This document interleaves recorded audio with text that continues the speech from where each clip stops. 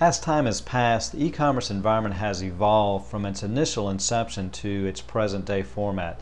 So let's talk about what it looked like in its initial days of the early 90s to the mid 1990s. We had this concept called a web server.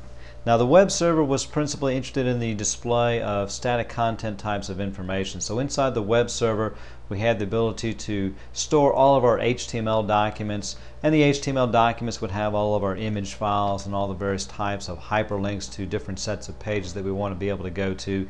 I could also incorporate and store here all of my Java applets and any type of Java applet component that I want to utilize for creating some type of dynamic information on my particular web page. So the web server basically served as the initial entry point for all of the requests coming into and from a particular customer to my particular website. So in the early days of the internet, we just had this concept of a web server. So we had the ability to work with a little bit with Java here, although we were somewhat limited as far as what types of Java components we could create. And we could support different types of browsers that supported the Java language itself. The early initiations of Internet Explorer and Netscape kind of fit in this particular perspective.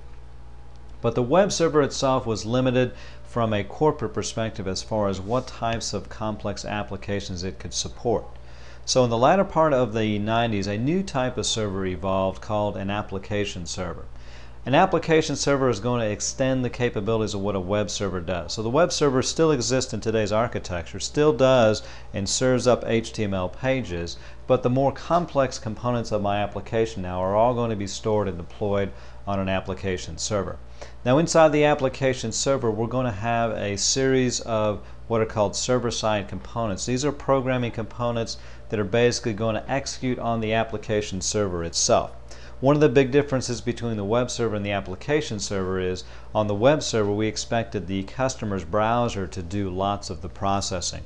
So we would ship the customer an applet, for example, and that Java applet would execute on the customer's machine.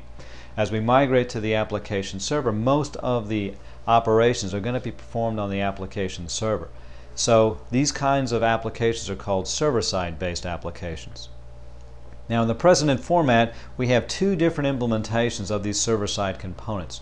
One offered by Microsoft, their .NET framework, and the other one from Sun Microsystems, which is going to be the Java and the Java platform. Now each of these different pieces do the same kinds of principles, function basically the same way. They just use different types of languages and different types of structures to support their various kinds of activities. Now each of these different pieces here also have linked underneath something called enterprise processing. Enterprise processing is going to be the ability to link our server-side applications to some back-end legacy types of systems or back-end applications that are not web-enabled, for example. I might have some old line client-server applications or maybe some old COBOL programs that I would like to link in. So whether I'm talking about the .NET framework, I'm talking about the Java environment, both of these particular pieces have the ability to plug in additional components that are going to allow me to tie to older types of application systems that I might want to continue to work with.